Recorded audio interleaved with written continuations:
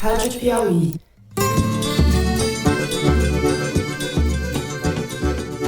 Olá, sejam muito bem-vindos ao Foro de Teresina, o podcast de política da revista Piauí. Vai entrar com o pedido de impedimento, dos ministros no Senado. Nós continuamos dentro das quatro linhas. Do lado de lá, já saíram das 4 linhas, em alguns momentos já saíram. Eu, Fernando de Barros e Silva, como sempre na minha casa em São Paulo, tenho o prazer de conversar com meu amigo José Roberto de Toledo, aqui pertinho. Opa, Toledo! Opa, Fernando! Opa, Thaís! Não, opa! Senhor senador, com todo respeito, eu vou exercer a prerrogativa do direito ao silêncio. A Precisa intercedeu, portanto, junto ao Presidente da República? Permanecerei em silêncio, senhor relator. A Thaís está de férias, justas e merecidas, e hoje a gente tem a alegria de receber a Ana Clara Costa, repórter da Piauí, como a Thaís, uma grande repórter. Bem-vinda, Ana Clara, à nossa bagunça semanal. Oi. Oi, aí pessoal, obrigada Fernando, obrigada Toledo, sejam bonzinhos comigo. A gente é tudo, menos bonzinho, Ana Clara, mas a gente vai fazer o possível para não ser muito mal. Bem-vinda. A Ana Clara está no Estúdio Rastro, no Rio de Janeiro, e fica com a gente até a volta da Thaís. I can't believe the world abandoned Afghanistan. Our friends are going to get killed. They're going to kill us. Our women are not going to have any more rights. Muito bem, vamos então aos assuntos da semana. Abrimos o programa com os últimos lances da crise institucional, que se arrasta, soluça, esquenta, esfria e parece uma novela de péssima qualidade. Bolsonaro ameaçou pedir o impeachment de 2 ministros do STF. O presidente ficou contrariado com a prisão temporária do líder do PTB, Roberto Jefferson, por incitação ao crime, entre outras coisas. Ao que parece, já recuou da ideia. Da mesma forma, depois de anunciar que ele e os caminhoneiros iriam parar Brasília na Semana da Pátria, o cantor Sérgio Reis também teve que recolher o berrante golpista. O Ministério Público do Distrito Federal achou que o cantor sertanejo também está cometendo incitação ao crime e abriu uma investigação contra ele. Golpes frustrados, popularidade em queda. Levantamento realizado essa semana pelo Instituto IPESP, por encomenda da XP Investimentos, mostrou que 54% da população avalia o governo como ruim ou péssimo. No segundo bloco, a gente fala da CPI da Covid, que entra na sua fase final de recolher, organizar e adensar as informações disponíveis para o relatório final, cuja apresentação está prevista para 16 de setembro. A Ana Clara vai contar pra gente o que pode ter de mais bombástico ou espinhoso para o presidente Bolsonaro. Hoje, enquanto gravamos, está depondo o senhor Francisco Maximiano, dono da Precisa Medicamentos, empresa intermediária da compra da Covaxin da Índia. Vamos comentar um pouco sobre a Covaxin, falar desse personagem que a Ana Clara conhece bem, Francisco Maximiano, o Max. No terceiro bloco, a retomada do Afeganistão pelo Talibã, grupo islâmico fundamentalista armado que se organizou numa espécie de milícia devotada à criação de um regime com traços muito autoritários, cruéis também e obscurantistas. O que a gente viu nos últimos dias foram cenas dramáticas como há muito não víamos. O que primeiro se impõe é a tragédia humanitária, obviamente. A volta do Talibã, da forma como se deu, significa também um duro golpe na política externa dos Estados Unidos, há 20 anos em território afegão. A gente fala um pouco sobre o significado desse evento histórico na geopolítica internacional, do que ele representa na relação entre os Estados Unidos e a China na busca pela hegemonia do planeta. É isso, vem com a gente.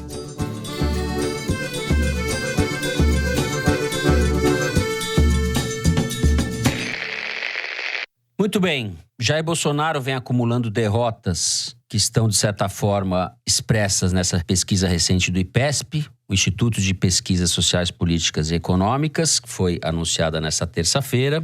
Como eu disse na abertura, a reprovação ao governo dele chegou ao recorde de 54 pontos. É uma oscilação para cima. Isso se dá, José Roberto de Toledo, no momento em que o presidente acumula desgastes, derrotas, reveses políticos. Eu começaria perguntando para você qual é o tamanho dessa derrota, desse desgaste. A meu ver, ele está num processo contínuo de enfraquecimento e faz um esforço cada vez maior para tentar demonstrar o contrário. Para ele conseguir chamar a atenção hoje e virar notícia, ele está precisando quase que tirar a roupa, né? Quase que ficar nu para que alguém preste atenção no que ele está fazendo. Além disso, a gente já falou na semana passada das derrotas que ele teve no Congresso, nas derrotas de opinião pública, mas você tem um outro fator que vale a pena a gente destacar, que é a perda de apoiadores do Bolsonaro devido ao fato de que o custo de apoiar o Bolsonaro está cada vez maior.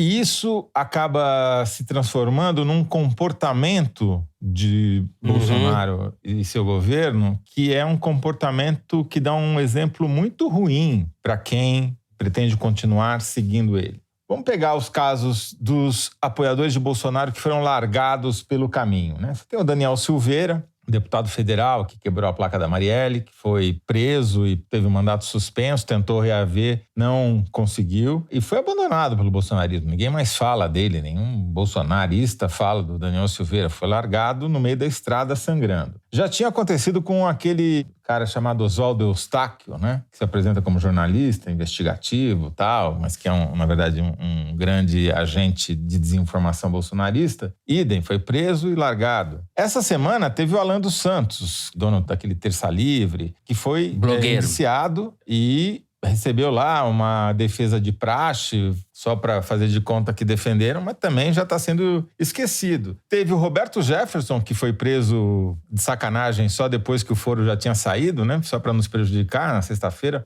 Só para isso. E que ninguém nem lembra mais. Teve um carnaval ali de 24, 48 horas em defesa da democracia, segundo os bolsonaristas, mas ninguém mais fala no cara. O cara continua preso e ninguém mais lembra dele. E agora a gente talvez tenha o caso mais emblemático de todos, que é o do Sérgio Reis. O Sérgio Reis, vamos lembrar, é o panela velha que faz comida boa, o menino da porteira, cantor sertanejo, ator de novela. E ele é um sertanejo da Grande São Paulo, né? Ele não é da Grande Matão, mas enfim, deixa isso. Tá certo. Não vamos exigir passaporte para o cara ser sertanejo. O Sérgio Reis, ele, com o passar dos anos, ele se transformou num empresário. E num empresário dono de frota de caminhões. Ele era chegou a ter uma transportadora com mais de 20 caminhões. E daí ele começou a entrar nesse mercado dos caminhoneiros, fazia um programa de rádio destinado aos caminhoneiros, que era distribuído para centenas de rádios. Virou garoto propaganda da CNT, da Confederação Nacional dos Transportes e tal. E daí se elegeu deputado usando esse capital político na eleição retrasada. Na eleição passada, ele viu que estava fraco e não se lançou a mulher como candidata, perdeu feio. E agora tentou ressuscitar, pegando carona, entrando na boleia do bolsonarismo, pegando carona ali, tentando convocar um movimento golpista contra o Supremo Tribunal Federal para o 7 de setembro em Brasília, dizendo que os caminhoneiros iam tomar lá. Bom, foi desmentido pelos principais líderes caminhoneiros, porque afinal de contas ele é um porta-voz dos donos de transportadora, não dos motoristas propriamente. Foi desautorizado pelos motoristas, né, efetivamente. E agora se arrependeu, está fazendo um papelão, dizendo que errou, mas não errou. Tá em casa tomando Rivotril. Não, e teve shows cancelados, né? Ele Isso, teve exatamente. 4 shows cancelados. Não sabe, perdi essa. Eu tava querendo acompanhar agora a carreira do Sérgio Reis. E teve propagandas também que ele estava fazendo que foram canceladas. Então, Exatamente. Mexeu no bolso ali. A Ana Clara, como sempre, foi pontual, mas foi exatamente no que interessa. O Sérgio Reis sentiu a grana encurtando e viu que tinha feito bobagem. Não ia conseguir ganhar dinheiro. Ao contrário, está perdendo dinheiro com esse apoio ao Bolsonaro. Mas é isso, ele sintetiza justamente esse fenômeno, que é o aumento do custo Bolsonaro para quem quer apoiá-lo. Quem que sobrou, então, com o Bolsonaro? Sobraram os militares e Pazuello, de todos que caíram pelo caminho, foi o único que Bolsonaro se empenhou em defender e colocou lá no palácio, justamente para consolidar essa aliança, porque seria devastador para a imagem do Exército você ter um general da ativa sofrendo punições por causa de corrupção. Sobraram pastores evangélicos, e não todos, e eu não digo nem mais a base de fiéis evangélicos, porque essas pesquisas estão mostrando que estão começando a pender para o outro lado. E sobraram alguns empresários do agronegócio, dos garimpos, dos transportes e de parte da Faria Lima, que não entende nada de política. Uma turma de sapatênis da Faria Lima ainda, né? Aqueles caras que acham que entendem, mas que no fundo não compreendem nada do jogo político, né? Daí você vai dizer, não, mas tem o Arenão. O Arenão não é apoio, o Arenão é aluguel, é diferente. Deixa eu passar então a bola para Ana Clara, Zé, aproveitar a sua deixa do Arenão. Sobrou o Arenão para o Bolsonaro ou esse apoio também corre algum tipo de risco? É aluguel, como disse o Toledo.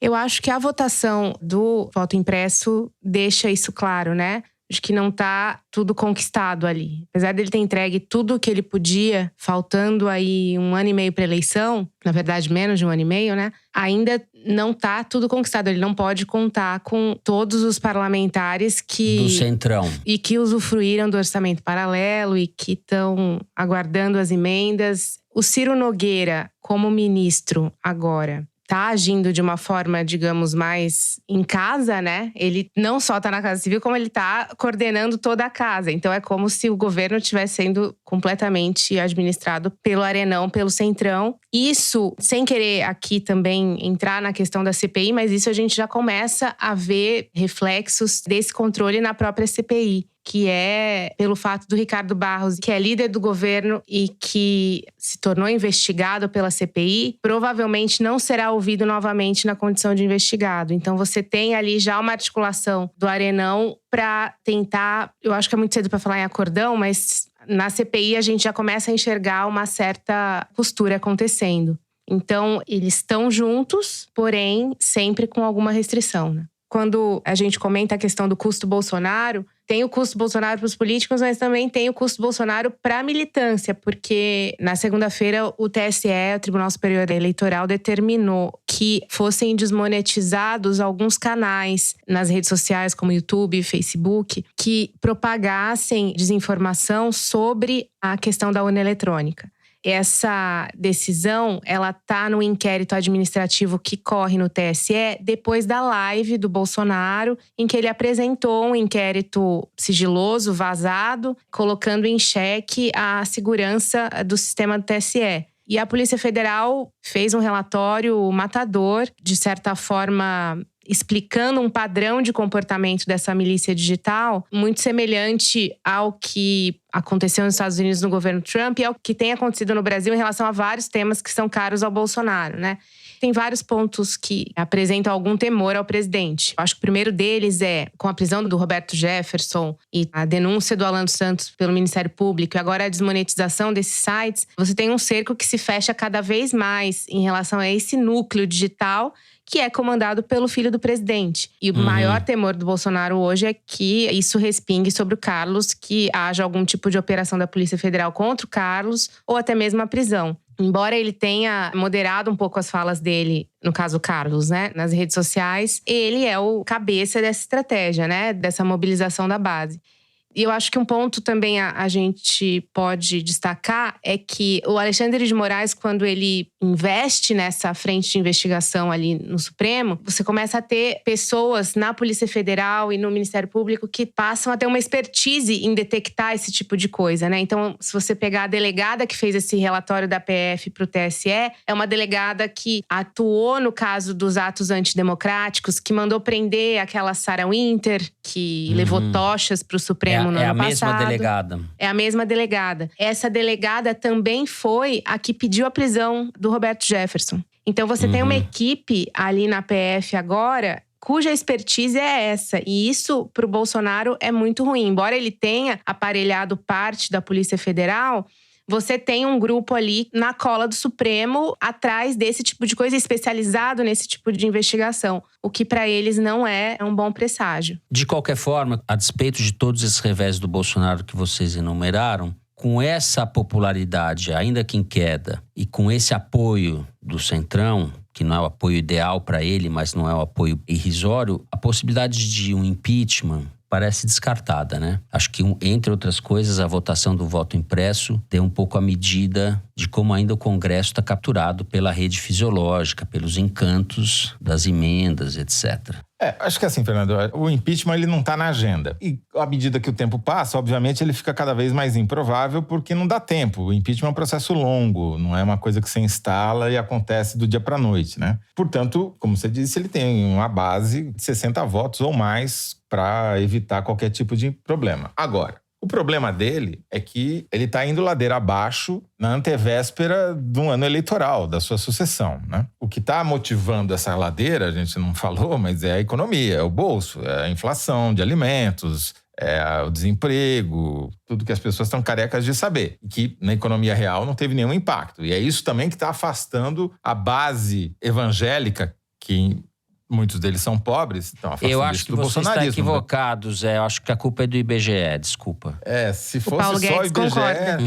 Exato. Aqui eles podem mentir o que eles quiserem nas estatísticas, podem não fazer o censo, mas o problema é que as pessoas sentem no bolso, então... E as perspectivas para o ano que vem também não são boas na economia, né? A inflação tende a subir, o desemprego não existe perspectiva de queda. Então, embora o Paulo Guedes diga que o PIB está se recuperando, você não tem efeito disso na economia real. E aí você tem o Bolsonaro no ano que vem valendo-se do orçamento sem limites para conseguir alguma chance de reeleição, o que para a economia não vai ajudar, né? Então, não vai ser um ano muito auspicioso para ele, digamos, na questão econômica. E aí a gente ainda tem uma previsão de falta d'água e crise de abastecimento de energia elétrica para outubro, novembro. Se não bastasse, ainda tem um problema da pandemia que não está resolvido como se achava que estaria, como o pessoal acreditava que ia ser, magicamente ela ia sumir. Está aí a variante Delta atrapalhando os planos de todos os governantes no mundo inteiro, até na China. O que pode vir a afetar a demanda por commodities e fazer com que o boom de commodities não seja uma explosão tão grande assim. O que seria péssimo para o Bolsonaro também. Eu acho que vale a pena a gente prestar atenção no que vai acontecer no 7 de setembro. Vamos lembrar, o Sérgio Reis foi cancelado justamente porque estava convocando uma manifestação para Brasília no 7 de setembro, uma marcha sobre Brasília no 7 de setembro. O Bolsonaro já mudou essa marcha para São Paulo, porque é muito mais fácil você ocupar a Paulista ou parte da Paulista do que a esplanada dos ministérios em Brasília, que é muito maior, muito mais larga, e as imagens ficam muito rarefeitas. E aí vai ter uma chance de conflito, porque a oposição, MST, CUT, MTST, já haviam convocado uma manifestação contra o governo também no 7 de setembro. Os organizadores acham que não vai haver conflito porque a Polícia Militar vai separar as duas manifestações, a bolsonarista e a anti-bolsonarista. PM separando, sabe como é que é, né? Pode ser que funcione, pode ser que não funcione. E sempre tem os PCO da vida, sempre tem aqueles caras que gostam de quebrar a vitrine, e, enfim, loja, banco, os progressistas etc. do PCO, de mãos dadas com o Talibã. Né? Não vamos esquecer que existe um partido chamado P2 também, que sempre causa confusão em situações como essa. E eu acho que é na confusão que o Bolsonaro está apostando, porque ele não está trabalhando para se reeleger, do ponto de vista clássico da política. Ele não está construindo alianças nos estados, não está fazendo palanques. Quer dizer, ele está em campanha para se manter no poder, mas não está em campanha eleitoral propriamente dita no sentido clássico. O que mostra muito da estratégia dele. Talvez, de fato, ele não esteja se preparando para uma eleição. Ele esteja se preparando para alguma outra coisa, para melar ele. Está em campanha à moda miliciana. E só para completar o que você disse, não haverá desfile militar no 7 de setembro, haverá um hasteamento de bandeira no Palácio da Alvorada. Depois do vexame do tanquinho fumacento, eles desistiram de fazer desfile militar.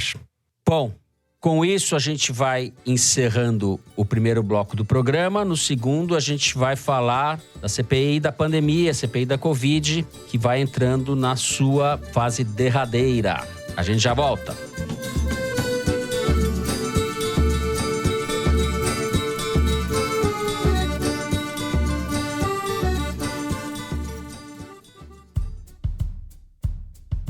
O iFood se comprometeu a zerar a poluição plástica nas operações de delivery até 2025. E essa missão envolve 3 pilares: compensar, reduzir e reciclar. Em abril, o iFood lançou a campanha Amigo da Natureza para desestimular o consumo dos chamados plásticos de uso único. Quem explica é André Borges, Head de Soluções Sustentáveis do iFood. A gente desenvolveu dentro do aplicativo uma solução que permite ao usuário ele escolher se para aquele pedido dele ele quer ou não que envie talher, canudo e guardanapo com plástico. 40 mil estabelecimentos já aderiram à campanha e mais de 18 milhões de pedidos foram entregues sem talheres plásticos. Mas o iFood quer ir além e repensar as embalagens usadas no delivery. A gente quer, de fato, investir em pesquisa e desenvolvimento de embalagens que sejam mais sustentáveis e também acessíveis economicamente, né? E de olho em reciclar, o iFood criou o Reciclabot, que ajuda a fazer o descarte correto dos resíduos e indica locais de coleta mais próximos. Para saber mais, acesse institucional.ifood.com.br/nossos-compromissos. Vamos usar a mesma inovação e tecnologia que guiam o nosso negócio para fazer um futuro diferente.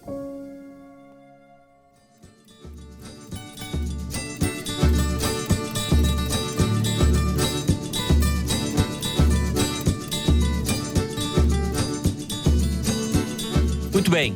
A CPI da Covid está se encaminhando para sua fase final. O relatório deve ser apresentado daqui a menos de um mês, em 16 de setembro. Hoje, enquanto gravamos o programa, o Francisco Maximiano, que é o dono da Precisa Medicamentos, aquela empresa que estava fazendo a intermediação entre a Covaxin e o governo brasileiro, está depondo. Ana Clara, eu te pergunto, você está acompanhando esse caso da Precisa de perto e você está acompanhando a CPI. O que a gente pode esperar como resultados da CPI? E acho que podemos começar falando desse personagem do caso da Precisa, do caso da Covaxin, que é um dos principais revelados pela CPI.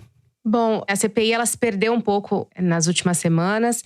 E eles estão tentando recuperar o foco e concluir um pouco antes do que o previsto, né? E esse foco é o foco inicial, que é a Precisa Medicamentos do contrato da Covaxin, que está cheio de irregularidades. O problema desse foco é que esse contrato, embora tenha sido assinado, ele foi cancelado. Então, tudo fica muito no campo das intenções, né? Cancelado depois que o escândalo veio à tona, certo? Depois que o escândalo veio à tona. Havia o dinheiro empenhado, mas o fato do contrato ter sido cancelado, os senadores estão considerando isso um problema na hora de propor os indiciamentos. Mas a ideia é que haja indiciamento do presidente Jair Bolsonaro e de agentes públicos.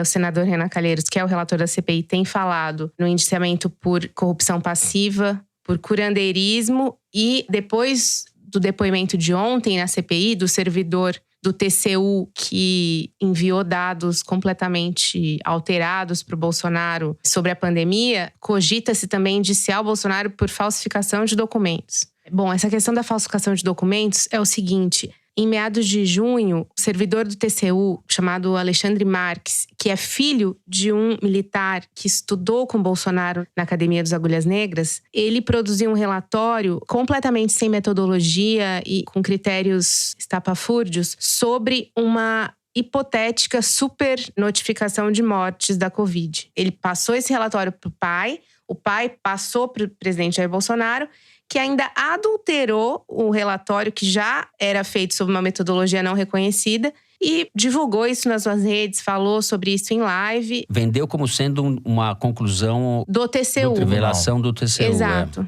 E ele foi ouvido na CPI ontem e a partir desse depoimento existe essa possibilidade, já que ele disse que o presidente mudou alguns dados ali, não sabemos se por má fé ou por incompreensão do que estava escrito, e divulgou isso nas redes. Então, a partir disso, desse depoimento de quarta-feira, eles querem propor o indiciamento do presidente também por falsificação de documentos. Perfeito. E retomando o fio da meada do que o senhor precisa. Bom, primeiro, por que precisamos ouvir o Francisco Maximiano, o senhor precisa? Porque ele é dono da empresa que fez a negociação de compra da vacina. Então, todas as irregularidades encontradas no contrato da Covaxin estão diretamente relacionadas ao trabalho da Precisa, porque era ela que estava negociando esse contrato em nome do Ministério da Saúde.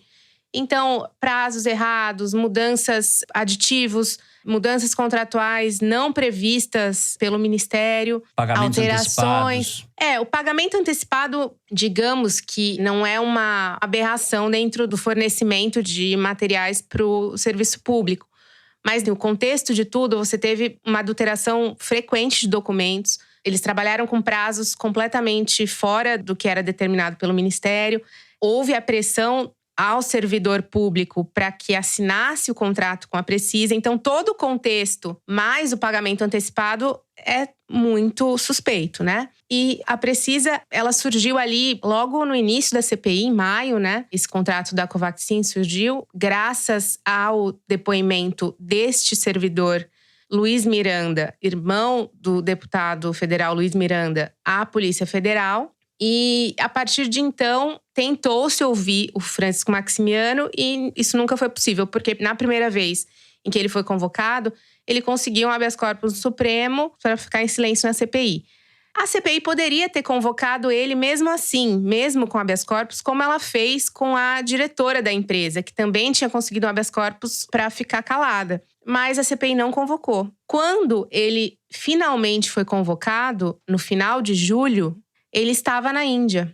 E aí, a partir do momento que ele estava, supostamente a trabalho, ele não poderia voltar e, quando voltasse, precisaria ficar de quarentena. Por isso, a oitiva dele foi marcada para quinta-feira, porque daria os 15 dias de quarentena que ele pediu. Mas a partir do momento que o Francisco Maximiano é ouvido agora, esse é o único caminho que restou para a CPI, na verdade, né? Então, depois de ela ter falado com milhares de pessoas e nada ter prosperado do jeito que se esperava, o personagem principal vai ser ouvido agora. E é um cara que tem muito a dizer, porque ele tem um histórico de contratos com o setor público muito extenso e que remonta a um tempo muito anterior à pandemia.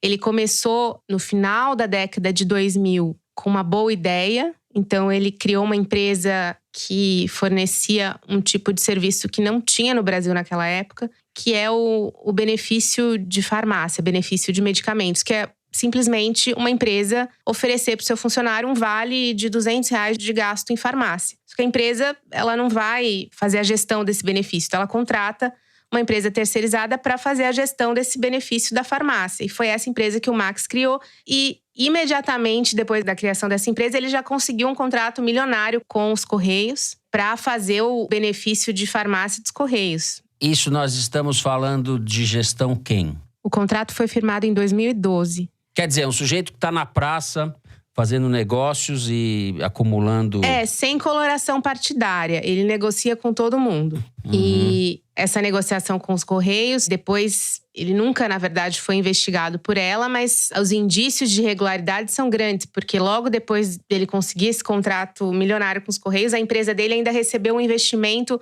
muito grande e inexplicável da Postales, que é o fundo de pensão dos funcionários dos Correios. Logo depois ele começou a prestar serviço para a Petrobras, depois entrou no ramo de venda efetiva de medicamentos, porque ele não vendia medicamentos, mas passou depois, viu que era um bom negócio, passou a representar farmacêuticas no Brasil, a importar medicamentos e materiais hospitalares de outros países, inclusive a Índia.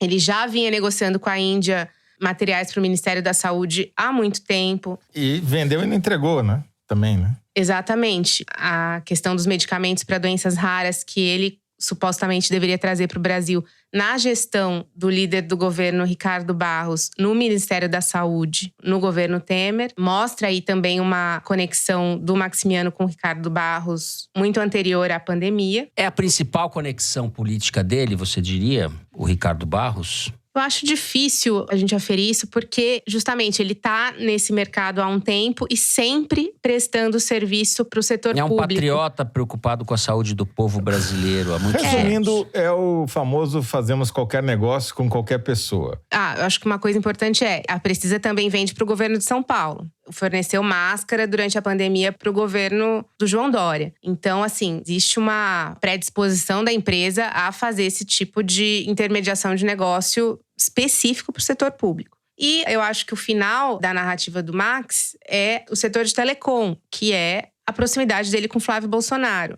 No ano passado, o senador Flávio Bolsonaro levou o Max para uma reunião virtual com o presidente do BNDES para falar sobre linhas de financiamento para uma nova empresa que o Max criou no setor de telecom. Então, ele sempre, ao longo dos últimos 15 anos, atuou aí no setor farmacêutico e abriu uma empresa de telecom. E no ano seguinte da abertura da empresa, ele foi levado pelo filho do presidente para o BNDES numa reunião completamente atípica, porque não é comum que parlamentares levem empresários para se reunir com o presidente do BNDES. O Flávio Bolsonaro fez isso, depois disse que não era amigo do empresário, que só pensou que poderia ser um bom negócio, que poderia ser um bom investimento para levar a internet para o Nordeste e tal. Então, você vê claramente pelas relações desse empresário que ele está sempre bem posicionado onde está o poder, né? Pelo que você está relatando, quer dizer, esse deveria ter sido o caminho que a CPI poderia ter trilhado e não trilhou, né? Ter se aprofundado no que realmente interessava, que era, claro, superfaturamento na venda de vacinas, enquanto as pessoas estavam morrendo, enquanto o governo tinha recusado ofertas de laboratórios, não só da Pfizer, mas de vários outros laboratórios consolidados, foi dar ouvidos a uma empresa que só faz intermediação, não fabrica uma dose sequer, não faz porcaria nenhuma. Um contrato que ia ser pago numa offshore em Singapura, o que já diz tudo sobre isso, né? Onde é que o dinheiro ia parar, essa diferença a mais ia parar. E a CPI largou mão disso para ficar fazendo show e palhaçada. Não é à toa que o levantamento da Arquimedes para o Foro de Teresina mostra que a CPI está no seu pior momento. Nunca se falou tão pouco de CPI nas redes sociais quanto está se falando agora. E não é porque ela ficou em férias, não. É porque ela perdeu o rumo. Ela absolutamente virou aquilo que a gente falou que ela ia virar. Virou um circo. E perdeu a graça o circo, né? Com todo respeito ao Arquimedes, que vem com fatos, mas a minha opinião é a seguinte: apesar desses descaminhos, desses atalhos, dessas tomadas de decisões equivocadas da CPI, ela identificou a corrupção. Era um inquérito, na verdade, esse da Covaxin, que já vinha sido, como disse a Ana Clara, a Polícia Federal é que revelou. Mas na CPI ficou caracterizado um esquema de corrupção dentro do Ministério da Saúde e no governo Bolsonaro. E eles documentaram a sequência de crimes que foram cometidos pelo governo no guarda-chuva do negacionismo, né? Mas o efeito é muito pequeno pro tamanho do carnaval que eles fizeram. E que, mais do que isso, eles podem fazer o carnaval que quiserem, porque são pagos para isso, mas eles poderiam ter ido muito além e não foram. E o fato de não terem ido me diz muito sobre os reais objetivos dos senadores que estão à frente da CPI. Porque se você pegar a pesquisa lá que você citou no começo, ela mostra também que uma das grandes, talvez o maior problema de imagem do Bolsonaro é que ele começou o governo com mais da metade da população dizendo que a corrupção no Brasil estava diminuindo e nesse momento só 17% tem essa ideia. Isso foi uma queda constante desde a posse, teve uma inflexão grande quando ele mandou o Moro para casa, ou para os Estados Unidos. Depois ele conseguiu recuperar um pouquinho, depois que o caso Moro foi esquecido. Chegou num patamar de 23, daí veio a CPI, já caiu de novo logo em seguida para 19, 18, 16. E está nesse patamar desde então. Quer dizer, o efeito da CPI de ajudar a pregar carimbo de corrupção na testa do governo Bolsonaro foi logo no começo e ficou nesse patamar já faz mais de um mês. E não vai sair daí, porque é isso que a Ana Clara acabou de descrever. Tem um acordão. Foi bom para os senadores, eles vão colher frutos eleitorais no ano que vem, aparecendo na mídia, etc. Uma consequência prática mesmo, espero estar completamente errado, não vai ter nenhuma. Por exemplo, o ministro Onyx Lorenzoni não vai ser convocado. O Ricardo Barros, agora como investigado, não vai ser convocado novamente. Ex-ministro Eduardo Pazuello não será convocado novamente. Então, pelas convocações que se avizinham, já dá para dar o tom que o foco deixa de ser a classe política ali. Existe um recuo nesse aspecto. A gente pode fazer uma conexão com o Ciro Nogueira na Casa Civil? Pode. O Ciro Nogueira mostrando serviço e aliviando, articulando ali dentro do Congresso, entre o governo e o Congresso, esse, digamos assim, esquecimento, com aspas, de figuras que não deveriam ser esquecidas nesse momento por razões óbvias. De qualquer forma, vamos ter o relatório, ele vai ser entregue para a Procuradoria-Geral da República, que é quem tem a prerrogativa de decidir se denuncia formalmente ou não os políticos que têm foro privilegiado. Eles devem fazer uma entrega também para o Arthur Lira, presidente da Câmara, porque o Bolsonaro, suponho eu, vai estar também apontado como responsável por crimes. Enfim, a CPI ainda vai render alguns capítulos de desgaste político ao governo. Consequências práticas, como disse o Zé, de levar essas pessoas à justiça ou abertura de um processo político dentro do Congresso contra o presidente, isso aí, tudo indica, não vai acontecer. Só queria acrescentar uma coisa, Fernando, que é o seguinte. A gente sabe que os instrumentos da CPI são limitados, os interesses políticos também limitam o raio de ação dessas comissões parlamentares de inquérito. Faz muito tempo que nenhuma delas resulta em nada de significativo.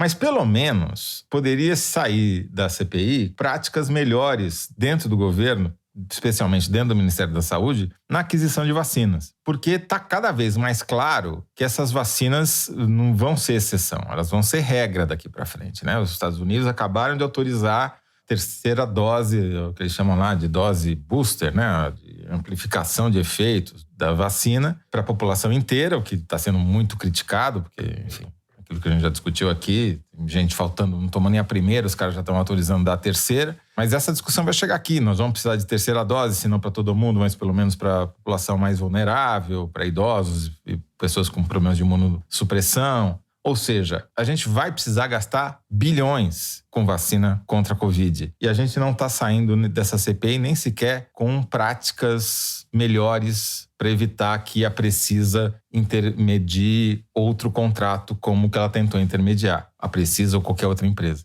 Não só isso, mas também a gente talvez tenha um pouco de percepção de como as coisas acontecem lá dentro, nesse aspecto dos prestadores de serviço, porque hoje a vacina, a gente acha o quê? Que ela chega da Índia ou de onde quer que ela venha e vai para o Ministério da Saúde? Não.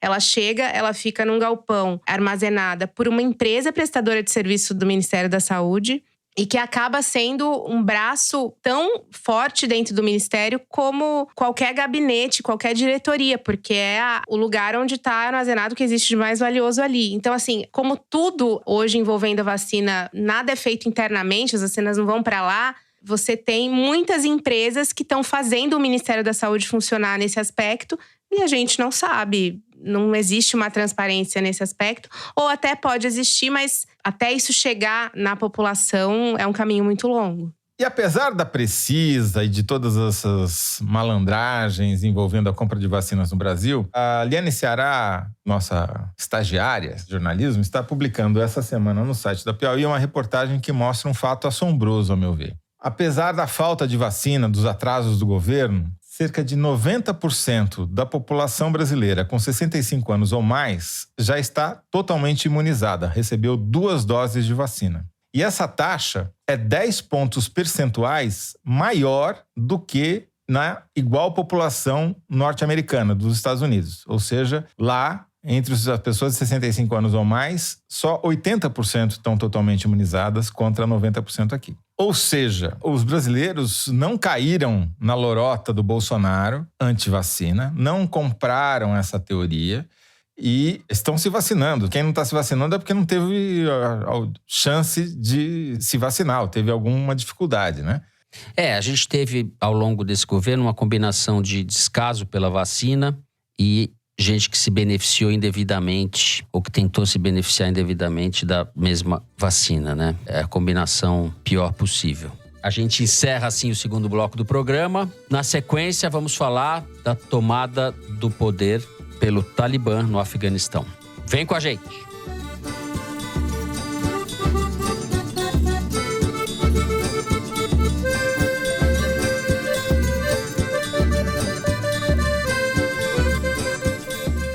Muito bem, o assunto do mundo essa semana foi a retomada do poder pelo grupo Talibã no Afeganistão e a saída às pressas das tropas americanas do país. E mais do que isso, o desespero da população tentando fugir, tentando de alguma maneira escapar do Afeganistão. Cenas que acho que são as piores que eu vi em muitos anos. O Talibã, como se sabe, tomou o poder em meados dos anos 90 e governou até 2001. Quando houve a invasão ao Afeganistão pelos Estados Unidos, o governo Bush, Em retaliação ao atentado de 11 de setembro dos Estados Unidos, o governo americano caçava o Osama Bin Laden e o grupo Al-Qaeda. Bin Laden, que acabou sendo morto em 2011 no Paquistão, não no Afeganistão.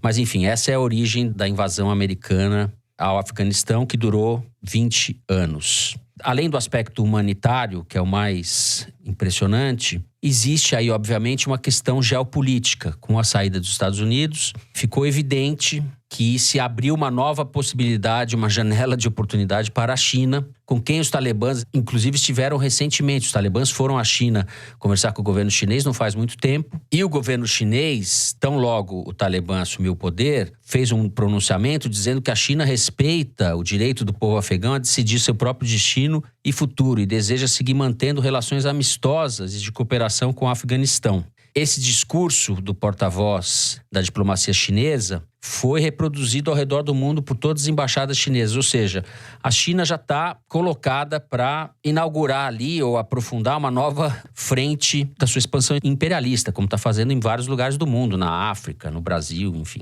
José Roberto de Toledo, por onde a gente vai começar?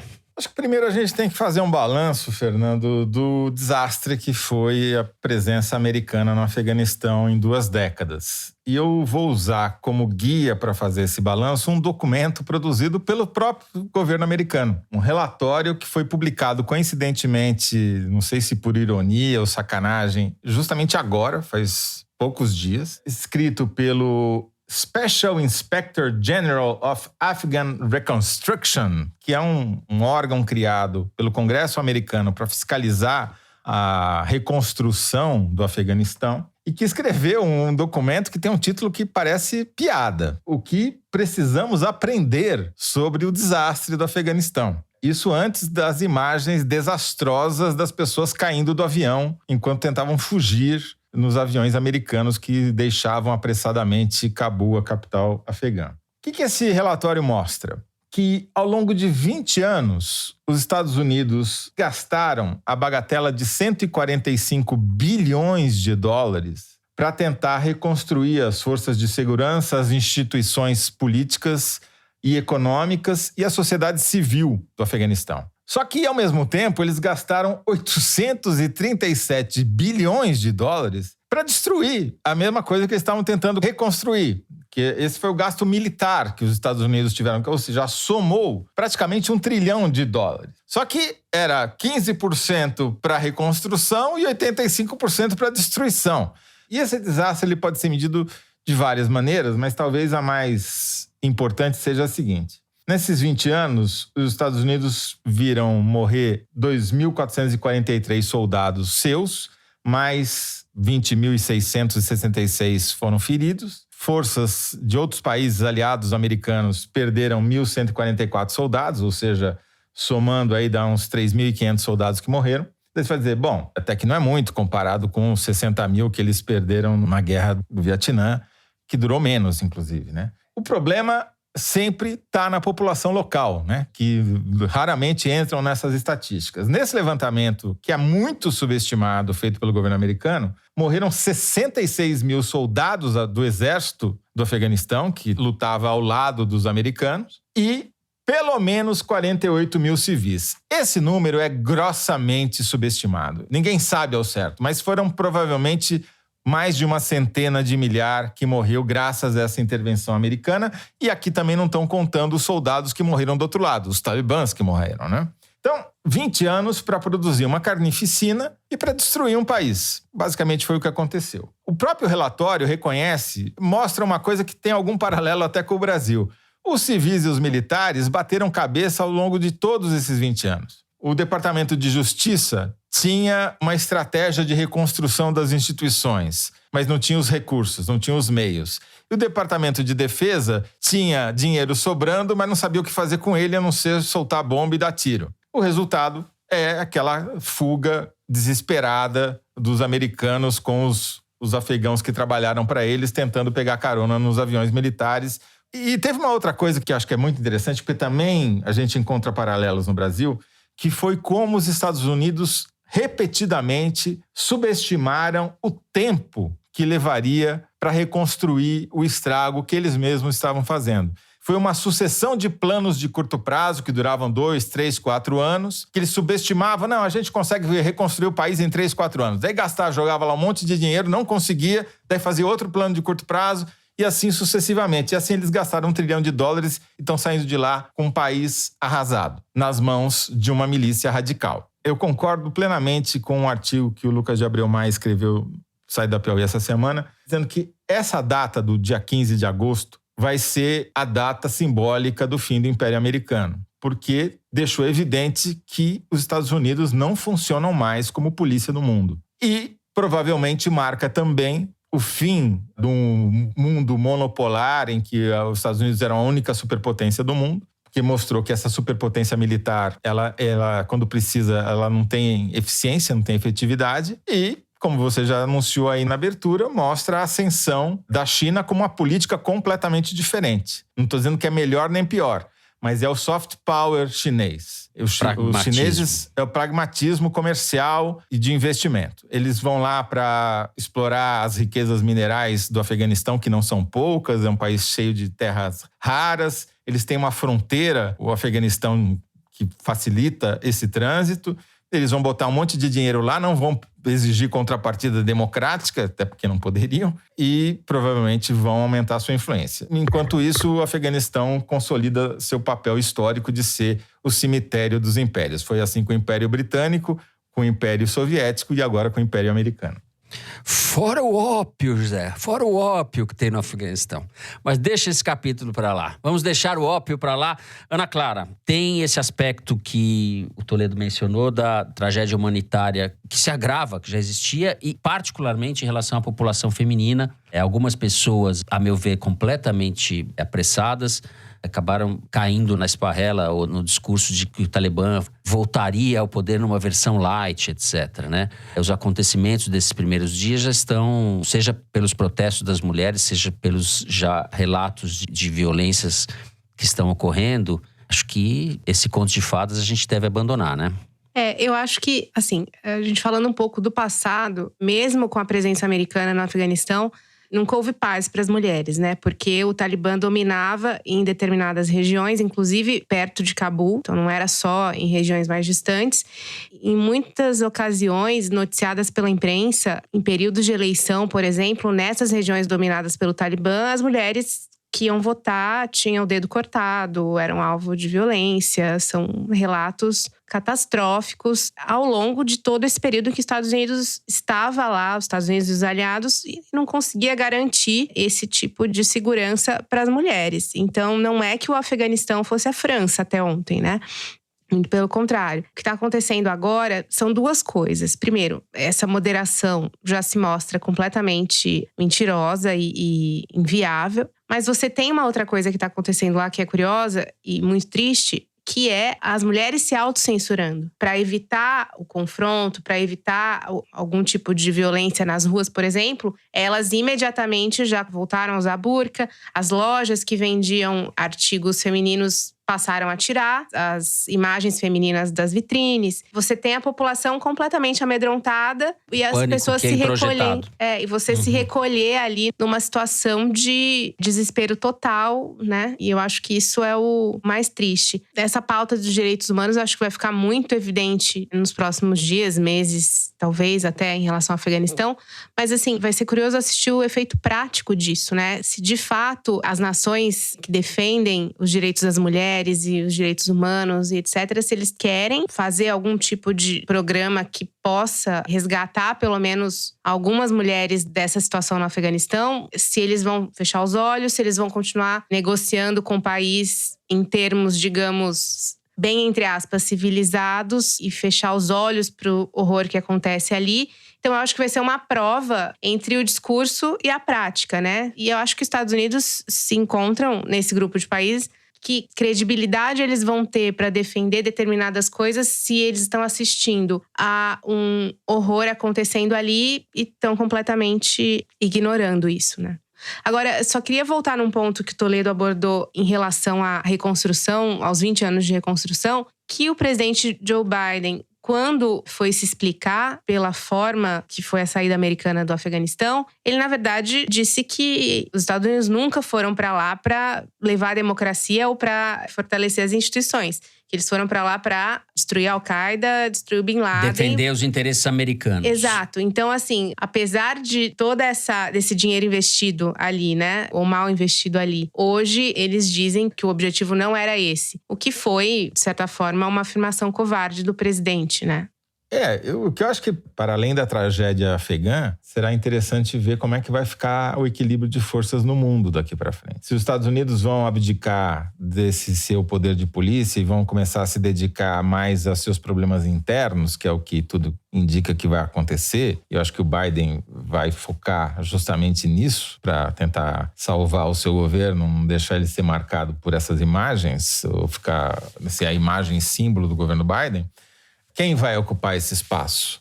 Vai ser a Rússia com sua política de desinformação exportada para tudo quanto é canto? Ou vai ser a China com seu dinheiro sobrando, investindo, comprando terra e comprando empresas, né? Exato. O dinheiro chinês pode surgir como fiador de uma estabilidade aí. Eu estava lendo aqui a nossa produção, porque temos uma produção que o governo chinês em 2016 já tinha incluído o Afeganistão no projeto de infraestruturas, numa rubrica Novas Rotas da Seda.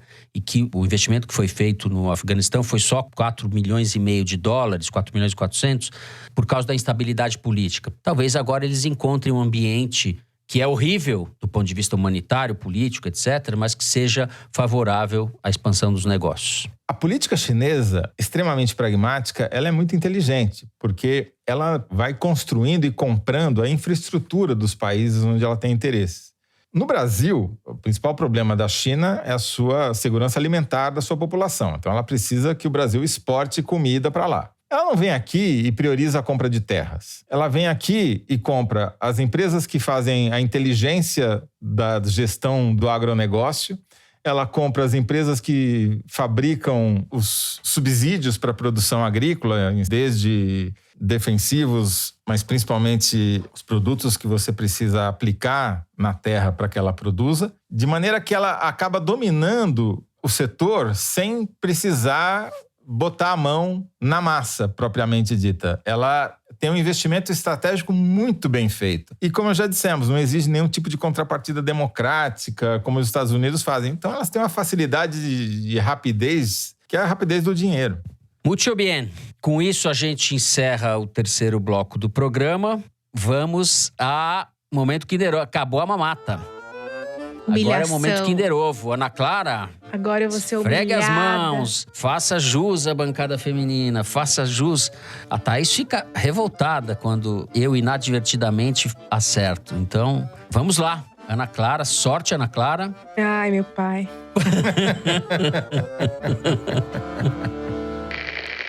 E eu imagino que todos que estavam lá estavam forçados.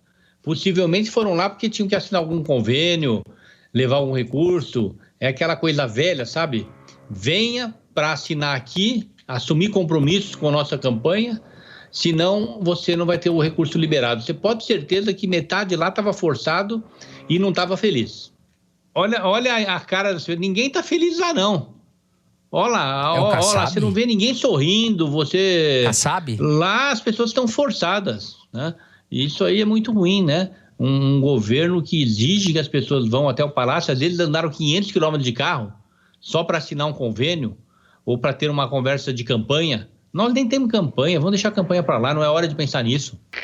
Kassab que tá falando um pouco caipira, né? Ele não tem esse sotaque caipira. Kassab querendo enganar a gente. Acho que ele gravou pra você, Mari, esse negócio. Não, fez ele tá especial pra você. querendo... Falou, vou fazer uma voz caipira aqui pra enganar vocês. Não, o Kassab tá querendo enganar o Teresino. Tá em campanha pra, aparentemente, vai se lançar governador de estado, né? Vai fazendo tá enganando campanha todo mundo. Que é caipira.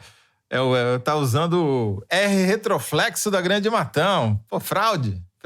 Impressionante, Kassab. Já desembarcou do Bolsonaro, não sem antes cobrar as contas finais que lhe são devidas, né? Então, confirmando, presidente nacional do PSD, Gilberto Kassab, em entrevista ao programa do Datena na Rádio Bandeirantes. É isso. Acertei, vou pedir música no Fantástico. né? Bom, eu tô me considerando café com leite, então nem tô frustrada. Não tem nada de café com leite. Eu Foi não o Kassab estou enganando frustrada. a gente. Muito bem.